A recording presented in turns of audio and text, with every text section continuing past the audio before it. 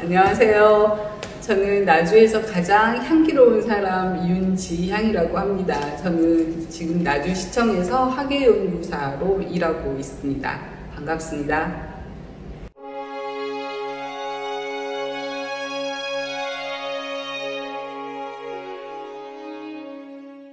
제가 오늘 들려드릴 이야기는 우리가 흔히 호남의 젖줄이라고 이야기도 하고 또 남한의 4대강 사업을 하면서 남한의 4대강 중에 하나로 꼽을 수 있겠다라고 이야기되는 영산강에 관련된 이야기고요. 전라도의 정체성을 잘 드러내는 마한과 관련된 이야기를 좀 잘 섞어서 이야기를 해볼까 합니다.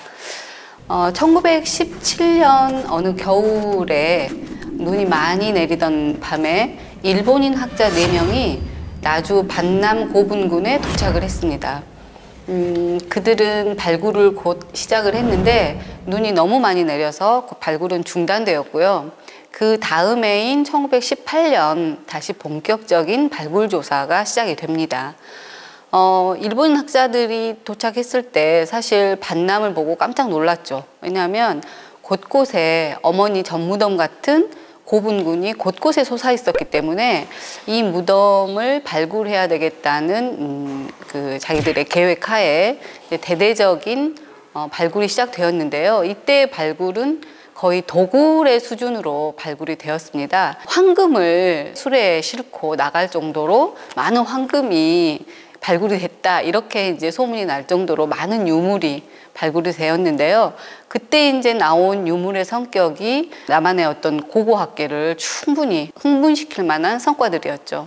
금동 신발, 금동관, 또 칼, 그리고 철구류, 여러 가지가 있었는데, 그런 일을 계기로 해서 나주의 반남 고분군이 우리 한국의 고대사에 등장을 하게 됐고요. 근데 이제 그로부터 꼭 80년 뒤인 1996년에 그에 버금가는 굉장한 발굴 성과가 있었어요. 나주시 다시면 보감리라고 하는 곳이 있습니다.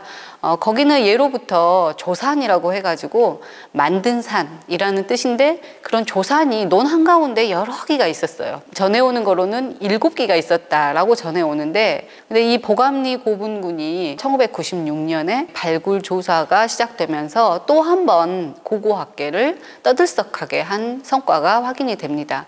그것은 제일 먼저 발굴조사에서 확인이 된 96 석실이라고 이름이 붙은 석실을 발굴을 했는데, 거기서 금동 신발, 그리고 금동 신발 밑에 이 물고기의 문양을 금동판에 오려서 붙인 장식물이 발견이 되고, 또 석실 안에 옹관이 같이 묻힌 이런 여러 가지 이제까지는 볼 수 없었던 이 보감리 고분군만의 어떤 독특한 사람을 묻는 방식들이 확인이 되면서 고고학자들을 흥분시켰고요.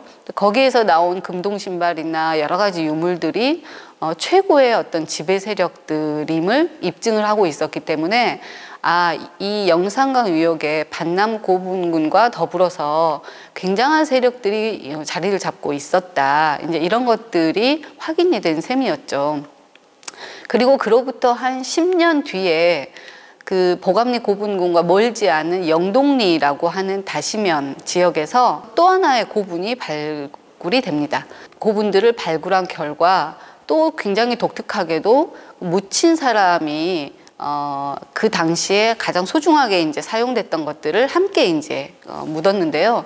그 토기들이 그냥 이쪽 사람들이었던 마한계, 백제계 이렇게만 된 게 아니고 마한, 신라, 가야, 외, 토착계의 분류로 이루어지는 다양한 토기들이 같이 발견이 되면서 이 지금 다시면, 반남면 이 구역들이 단순히 어떤 이 지역에 살던 사람들이 자기들만의 문화를 가지고 쭉 살았던 것이 아니라 영산강이라고 하는 백기를 통해서 세계로 뻗어나가고 또 바깥 세상으로부터 많은 것을 받아들일 수 있었던, 그래서 저는 쉽게 우스갯소리로 말할 때 나주 사람들은 바이킹족이야 라고 저는 우스갯소리로 얘기를 하는데, 어쨌든 그런 해양민족이라는 뜻이고요.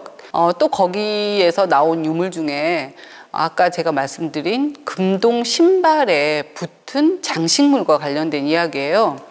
보감리 고분군 중에 96석실에서 나온 금동 신발은 신발 바닥에 금동으로 금동판을 오려서 붙였는데 그 모양이 물고기 문양이에요. 그리고 우리 정촌고분에서 나온 금동 신발에 용 장식이 붙어 있었는데요. 이 두 가지는 도대체 무엇을 의미할까? 왜 용과 물고기일까? 이것이 굉장히 중요한, 어떻게 보면 수수께끼를 푸는 힌트라고 생각을 합니다. 지금 반남이나 다시면에 있는 고분군들은 전부 영산강 유역권인데요.